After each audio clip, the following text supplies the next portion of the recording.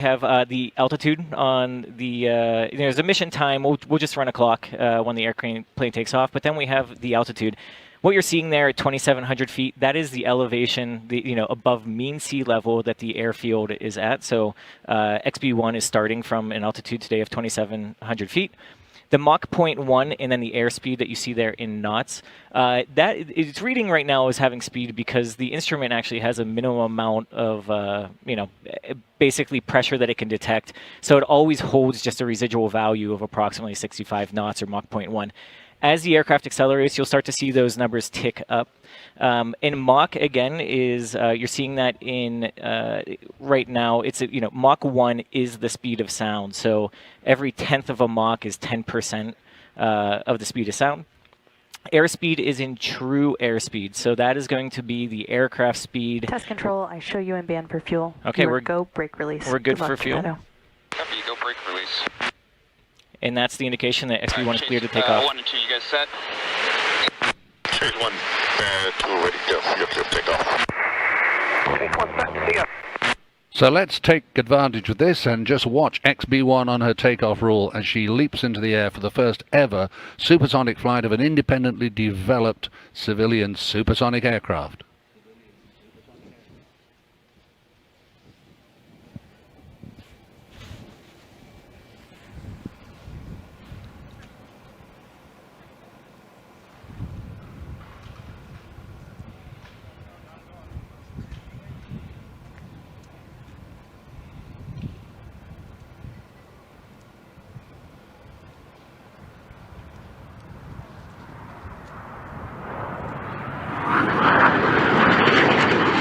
And she's airborne.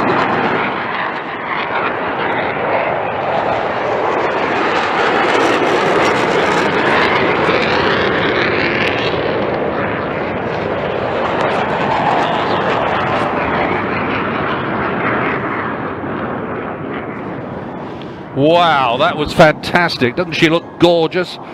Especially when the gear's up, she looks an absolutely beautiful airplane. And in the pilot's world, we say that if an aircraft looks right, she'll fly right. And XB-1 certainly looks right. The psychiatrists, in fact, tell us that an aircraft like XB-1 looks great, and we like it because it appeals to both sides of the brain. The left side for its technology and the right side for its stunning good looks. And she's climbing pretty steeply now, Greg. Why is she climbing so steeply as that? Mike, I mean, I've never had the opportunity to be outside and watch it fly. I've always been in the control room, and it is remarkable how quickly it does indeed climb. XB-1 is designed to be able to climb effectively with a single engine failed or single engine inoperative and the gear down. The gear provide a substantial amount of drag. That's why we pull them up early, getting off the deck, and we have all three engines operating. So we have essentially a tremendous amount of excess power. That clean and dry check that you heard right there, that's the chase plane will do an external inspection of the aircraft. And so they're looking at panels and making sure there's no movement, excess movement or flutter on any panels, no leaks or anything like that. So just an external, again, the benefit of having another individual right there next to the airplane able to inspect it from the outside. So with XB-1 in the air, Greg, what can we expect from this initial phase of the mission before we get to the point where we'll go supersonic?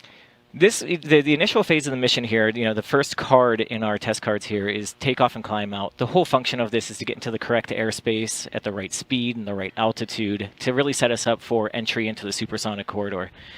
So the pilot, Geppetto, and the aircraft, they have experience in the control room as well, all have experience with the aircraft during all altitudes up to 32,000 feet and the speeds that we're going to be experiencing at this point. So primarily, they're just evaluating, is the airplane behaving like we expect it to behave, as we've seen it behave in previous missions, and making sure that everything is aligned with expectations.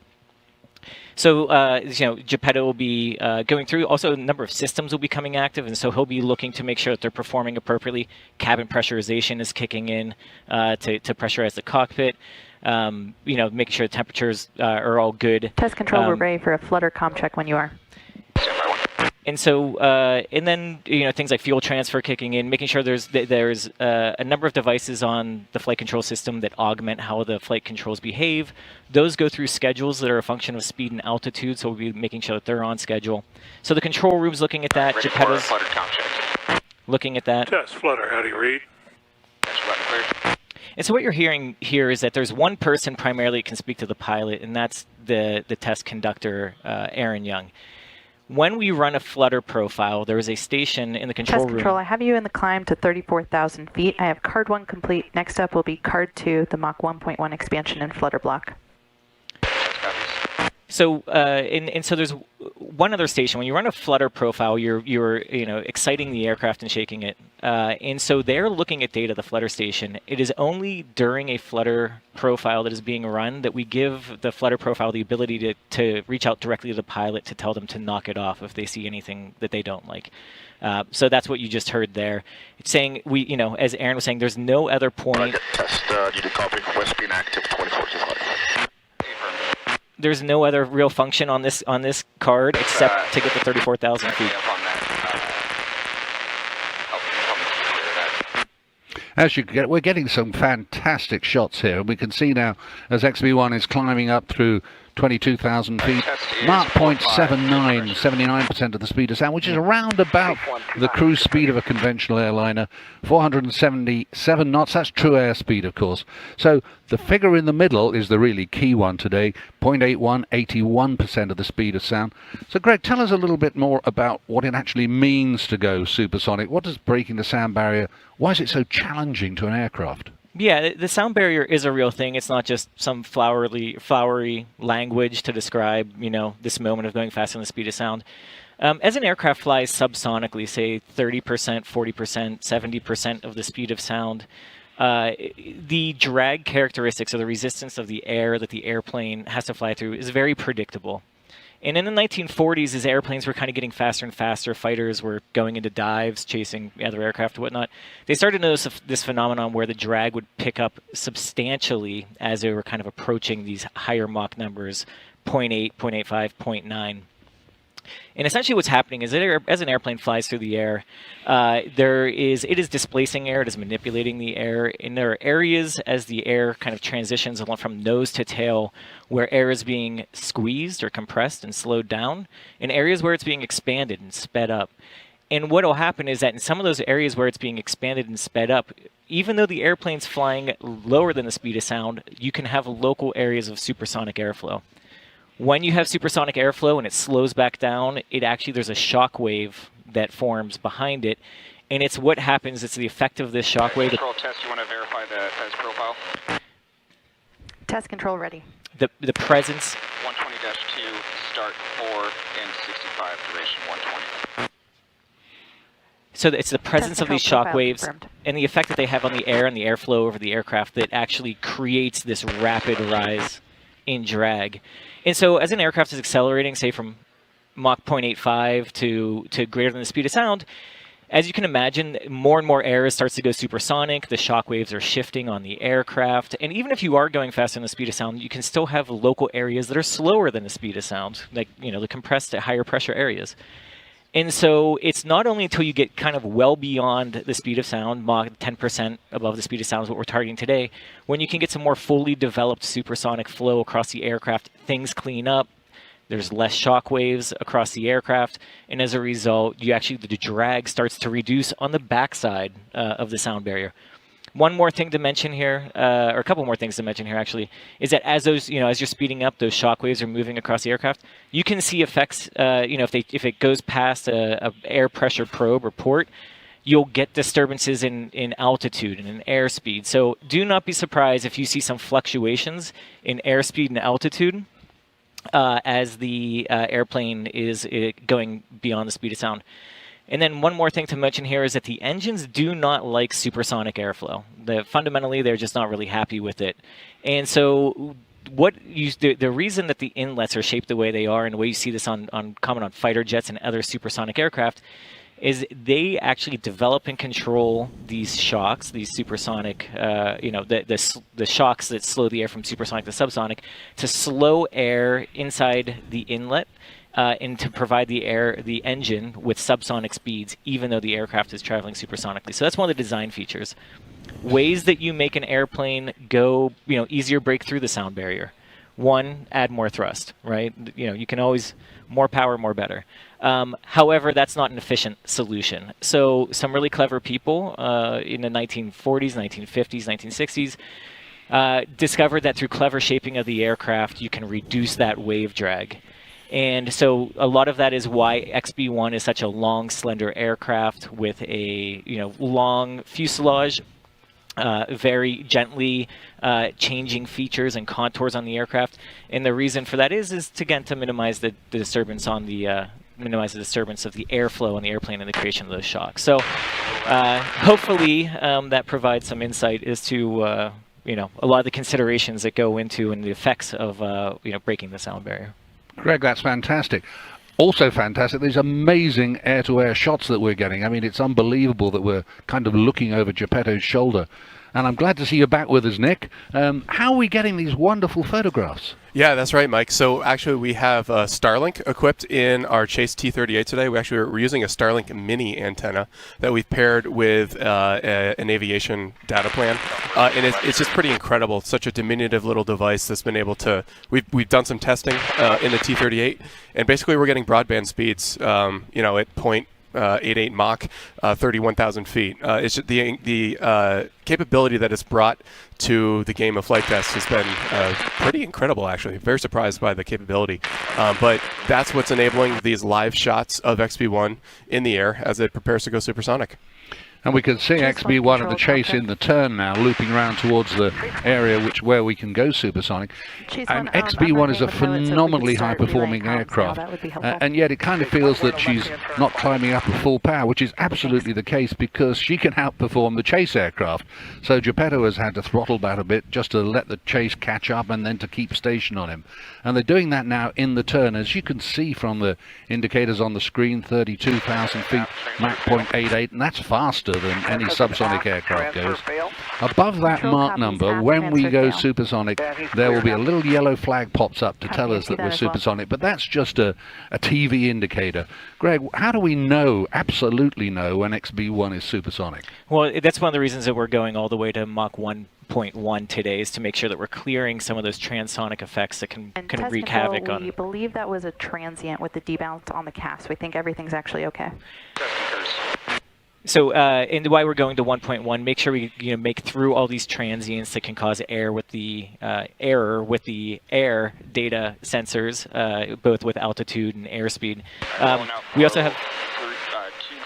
Hey, I think they're about to actually issue your go for Excel, so let's listen into the control room comms. Test control your go for Excel to Mach 1.1. Go for Excel, Kestrel gate. Kestrel gate, go for Excel. So this is the really exciting part. Watch the Mach number in the middle of the screen. Space 1, full gate. 3 engines and afterburner. Mach number's ticking up.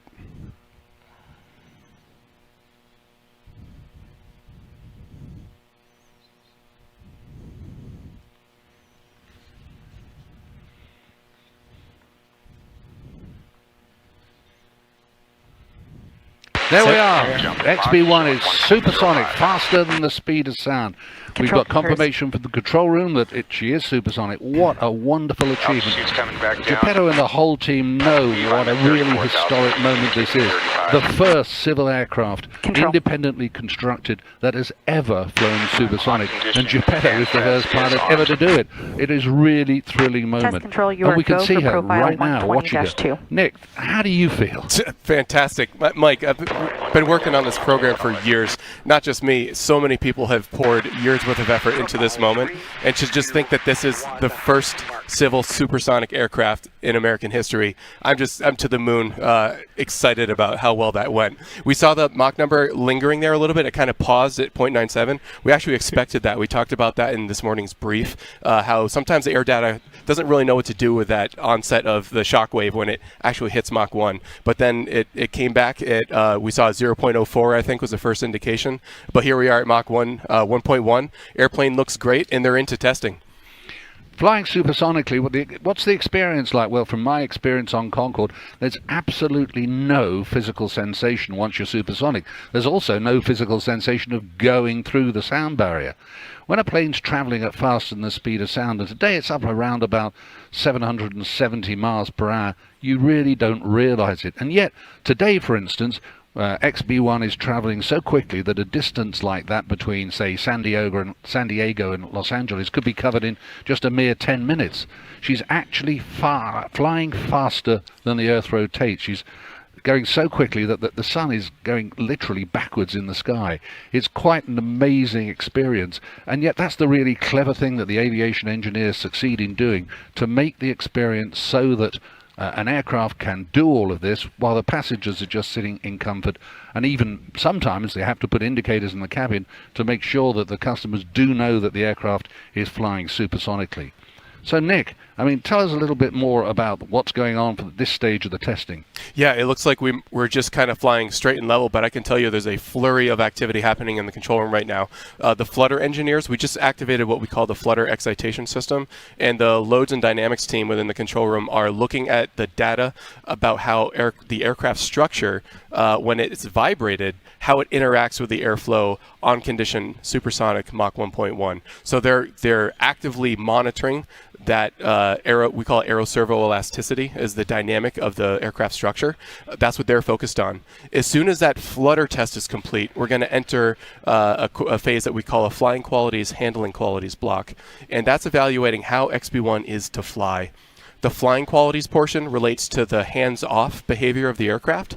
Geppetto will actually disturb the airplane in roll, pitch, and yaw, and then he'll get actively in the loop for the handling qualities block and test what it's like to maneuver. Yeah, I'll just say right now we've decelerated back from the speed of sound, and the reason I believe that is for airspace considerations, which we only have a limited amount of airspace to work with here, which kind of limits how much testing we can get done on any one pass. So the team will look at some data here and evaluate and see if we want to make another pass to get into those handling qualities evaluations.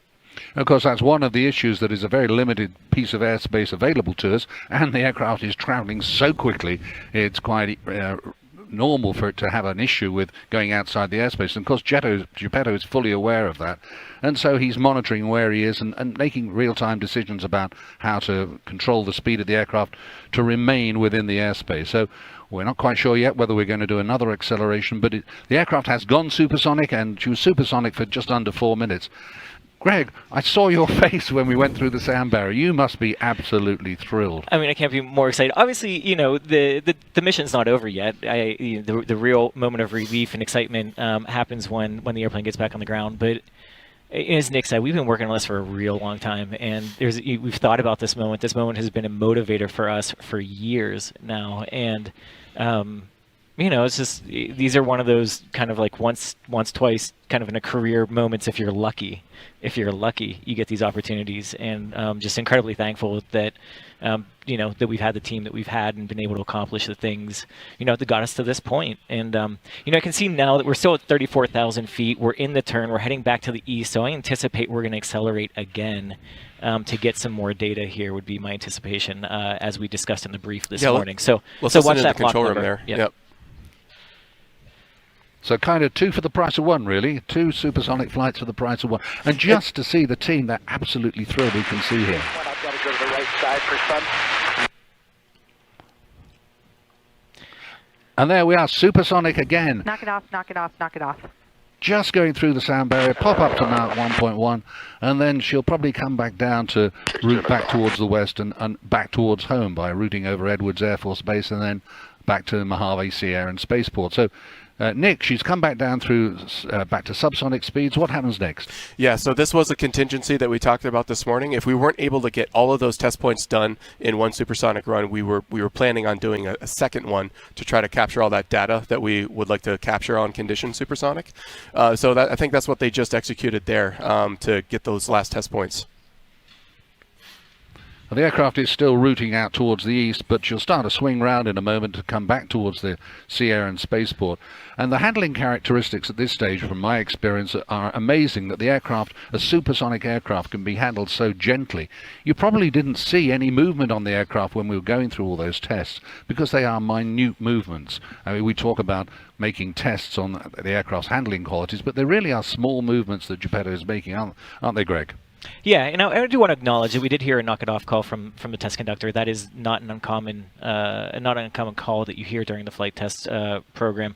We're still up at about 33,000 feet and flying around at Mach 0.9, and then the control room will evaluate whether we want to get more test points today or not. And then obviously at some point we become fuel limited. But yeah,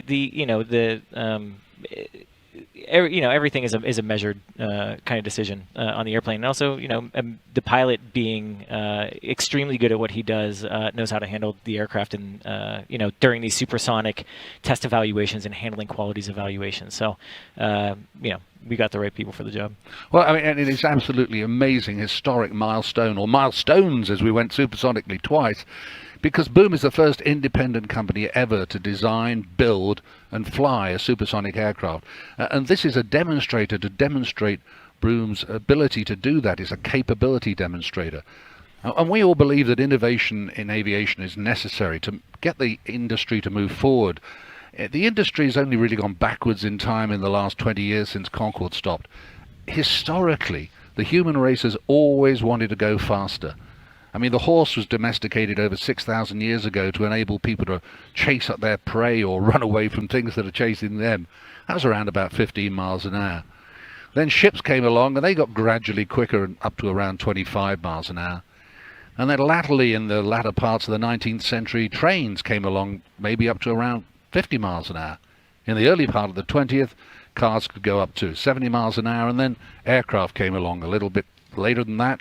Initially 100 miles an hour, then the jet took it up to 400, then jet airliners to 650, and now we have supersonic aircraft that will be the forerunner for the Overture supersonic airliner that will be going up to Mach 1.7, twice as fast as a conventional airplane. That's the vision of Boom, and that's the objective of all of this activity, and I'm absolutely thrilled to see a civil aircraft flying supersonically once more. Greg, it's incredible to see this milestone after working on it for 8 years.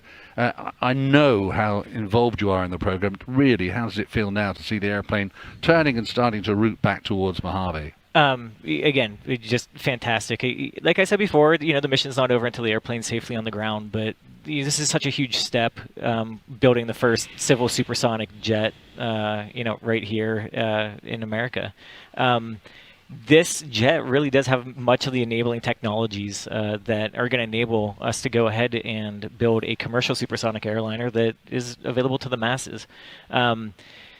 This is like this test specifically, this day today, we were able to collect a bunch of high quality data, and that data goes directly into the tools that were developed for the design, for the development, and for the evaluation of the performance and handling qualities of XB-1. It's those same tools that sort of graduate over to the commercial development effort, but now we actually have data that we can use to anchor those tools, calibrate those tools just that bit more, and make sure that we're getting high quality predictions. And that's what enables us to rapidly iterate on the design and really tune the design of that commercial vehicle, making sure that we are going down a path of economically viable, environmentally viable supersonic travel in the future. And so just, this is what it's all about. This is why we did this program, was to come out here and have a day like today and get this data. So the aircraft's right out to the east now, making that turn to start heading back towards Mojave. Nick, we've got this extra second supersonic run and an extra return to base point. Are there any extra tests that can be put in during this, or are we just now recovering the aircraft and waiting until the accolades for what really is a historic achievement? Yeah, I think right now, Mike, it's all about coming home and getting return to base. We call it RTB. So that's what Geppetto's focusing on right now. I actually say it looks like we're in AB at Mach 0.96 and 34,000 feet. This is an indication to me that we are going supersonic again once more on the heading to the southwest, back into that corridor. So very much along the same line as our first supersonic run. The indications supersonic. We are now supersonic 3 times on this flight, which is quite unbelievable. And it's great. We have the fuel for it. So we're out there, and again, the objective here is to get the data, and that's what the team's doing.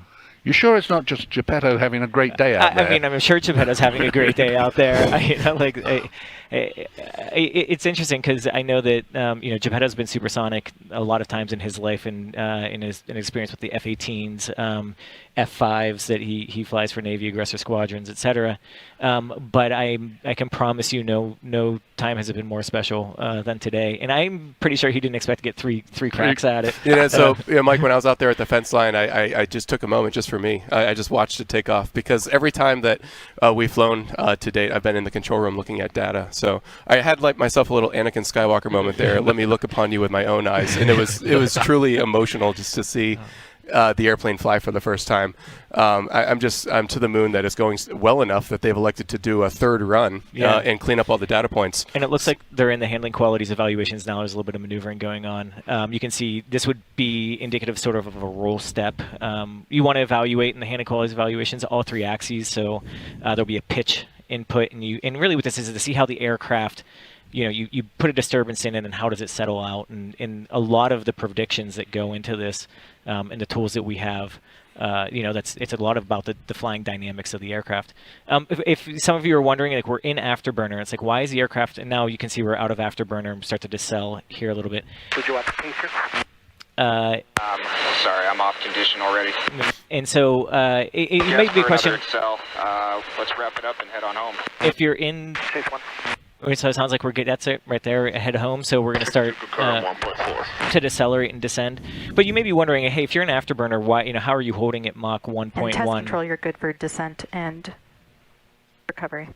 And so, Coming down. and so, how are you good? Holding at Mach 1.1. An interesting thing about Test control afterburners. at card 3 complete. Next up is card 4 recovery and return to base. There it is. Copy. So that's Now we're done. yeah. Well, we're done when we land. Science collected, science performed, data collected, run away back home. But interesting about afterburners is there's a min afterburner all the way through to max afterburner, so you can throttle in afterburner as well. So Geppetto was actually in approximately min afterburner. There was a chance that maybe a little bit above, but that was something, again, with the performance predictions that we have, you're not really sure until you get there how much, where you are going to be with that thrust demand for the engines to hold condition. So we're going to descend. I mean, we descend quickly. When Geppetto was climbing out, the airplane was climbing at more than a mile of vertical altitude per minute. So it was somewhere between, about 5,500 feet per minute to all the way to 7,000 feet per minute in the climb out. He's going to descend pretty rapidly too. So they come down pretty quick. Give me a couple, Jeff, please. I'm idle ports. And so, and again, it's about He's asking if we're going to Mojave or... managing airspace. So. Yeah, and Greg, actually, we've seen on earlier test flights, if you remember, XB-1 actually outclimbed a T-38. Yeah. XB-1 had its gear down. The T-38 had its gear up, and XB-1 outclimbed it. Yeah. So XB-1 is a performant airplane, and it's just been the highlight of my career to participate in this flight test program. It's such a cool aircraft. And of course, that's why I consider it Geppetto throttled back a bit on the climb so the other two aircraft could keep up with him. Absolutely. That's not an issue going down, of course. And as you can see, we're on the way down, coming down through 22,000 feet. Greg, you mentioned Geppetto's experience. I believe he's had about 200 carrier landings. And in a carrier landing, of course, there's also a chap or a lady that stands on the carrier and gives you landing directions. Now, I believe we're going to use that later on today. So, I mean, do you want to take this opportunity just to highlight what that's all about? Yeah, so in the Navy, they have an individual that stands on the back of the ship called the LSO, or Landing Signal Officer. And this has been employed since the early days of aircraft carriers and still is used today. That individual will help talk a pilot down to the landing point.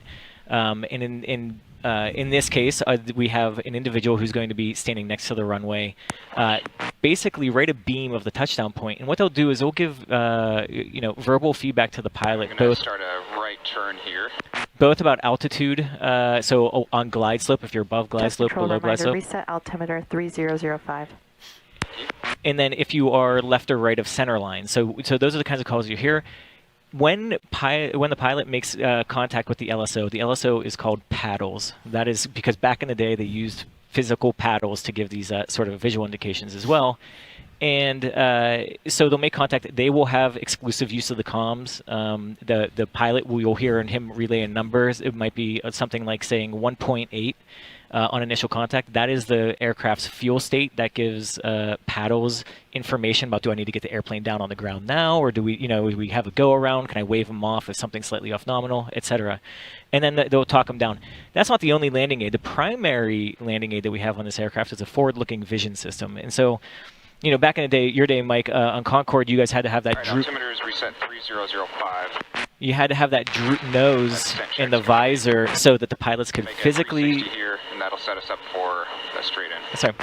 So if we could physically see the runway, and have visual contact with the runway, because XB-1, much like the Concorde, when flying on approach at slow speeds, they're very nose high, even though they're descending. So that nose is sort of in the way and blocks the runway. So we actually have 2 cameras on the nose gear. So when the gear come down, the pilot will have the use of these cameras.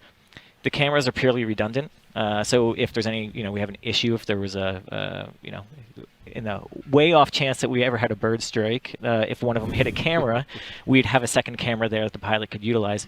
And so basically, if Geppetto on approach could see through the airplane, he would naturally be looking down through his multifunction display, and that's where the camera displays. And so he is actually flying on a video screen. We expect the fuel low momentarily continue. And that is one of the that is one of the technologies that will carry over to the Overture aircraft as well. Cuts out a lot of weight, a lot of complexity with having a giant mechanism just to move a nose. Now we have high resolution displays and small cameras. So of 170. Yeah. Thanks, Greg. Nick, we just heard the control saying we had a fuel low warning. What exactly does that mean? Yeah, so that's just an indication that he's on the last remaining fuel tank. So there are 5 fuel tanks in XB-1, and this is expected. This is par for the course. But he's on his main tank, which is the largest tank in XB-1. It holds the most amount of fuel. He's burned the peripheral tanks, and this is the tank that we typically land on. We like to be on that main tank with approximately less than 2,000 pounds of fuel for landing. XB-1 can land heavier than that, but it's just it's more load on the gear. More energy gets put into the brakes when we land heavy. So it looks as if we're at the sweet spot actually for landing. So we're actually managing the flight to ensure that we don't land with too much fuel. That's right. Yeah. Okay. And you'll see when XB-1's on final approach just how nose up she is. Of course, there's also the conventional instrument landing system that'll help Geppetto, but what's going through his mind right now, I wonder? Well, I kind of guess he won't be thinking too much about the excitement of 3 supersonic dashes. He will be later. He'll be concentrating now on getting the aircraft lined up on the center line on the correct descent path. Now, you can see from the digits in front of you, we're just going down through 6,000 feet, bearing in mind that Mojave is 2,800 feet up, so we're really just about 3,000 feet above the ground, slowing right down into final approach speeds. And of course, accompanied still by the 2 aircraft accompanying the chase aircraft, and that's what's giving these wonderful pictures. And I guess it won't be long until we see the gear coming down. Control standby gear. Here it comes. There it is. 3, 2, 1. Mark. So that's the mark for Geppetto to select the undercarriage down. Here she comes.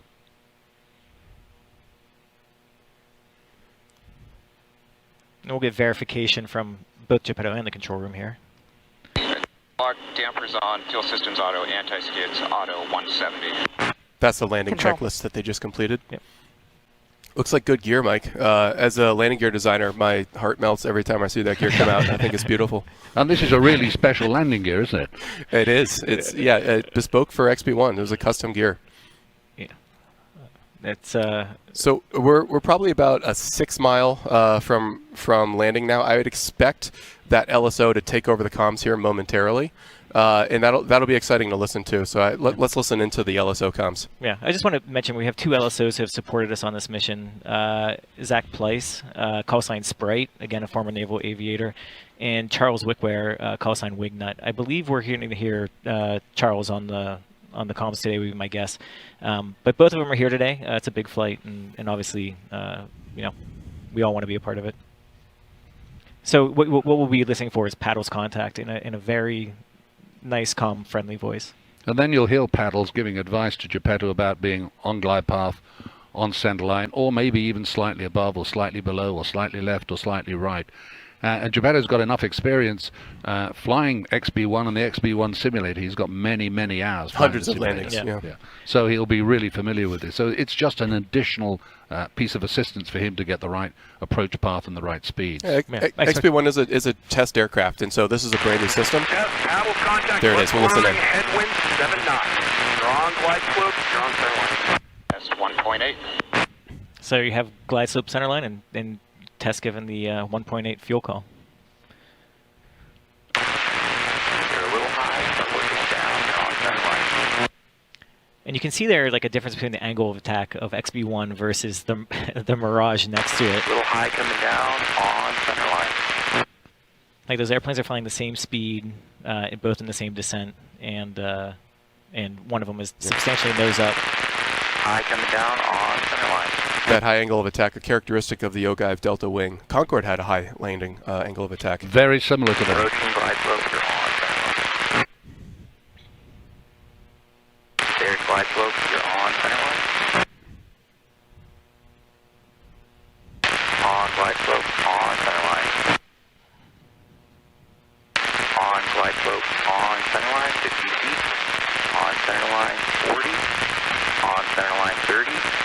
20, 10, 5, 3.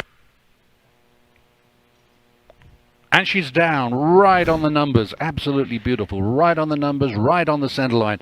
And I'm going to turn around and watch her roll out down the runway. What a beautiful sight, and what a really successful day. Good brakes. Awesome. Getting a little bit of a flyby from the T-38 and the Mirage F1.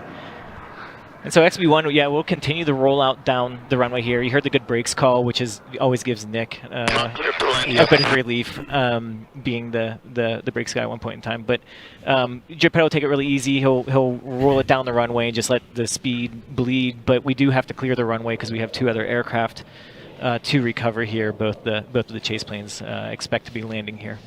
And of course, things aren't over yet. Although we're landed, there's still quite a bit to do, isn't there? That's right. And so we heard the call out there briefly before Geppetto was getting configured for the landing of approach speed of 170. We actually update that. Given the weight of the aircraft, there's a different speed that we land at, and so the control room will back Geppetto up on that. I mean, he greased it on. Geppetto has made it look easy every single time he's landed. This is his 11th landing. In the real XB-1, of course, hundreds of landings in the simulator to prepare for it. So Geppetto's going to roll to the end of the runway, and he's going to turn left onto taxiway Alpha and come back, and he should actually park right behind us here at this desk, maybe about 5 minutes from now or so. After that, there's a standard checklist that he'll execute to safely and properly shut down the airplane. And after that, you'll see the crew chief, Kurt, will probably, and his team will swarm the aircraft, perform a series of inspections on the airplane, make sure everything looks good. You'll also see somebody connect a data cable, an Ethernet cable, right in there to the side of the airplane. And that's the most important part right there. After the safe landing is assured, it's all about, show me the data. We just collected some really valuable data, and I can't wait to get my hands on that data. The entire control room team is going to spend several days poring over the data that we collected here during today's flight, and they're going to be checking the actual performance that was demonstrated against what our models predicted and how we expected it to fly. And it's really the confirmation of our tools that enabled us to predict the performance of a supersonic airplane, validated against actual flight test data. That's the whole point of doing flight tests right there, is to prove that your ability to design and build and predict how an aircraft is going to perform, that's actually true. And so we've got our litmus test here today, our proof data that we'll use to inform future efforts on Overture. And of course, in the airline world, after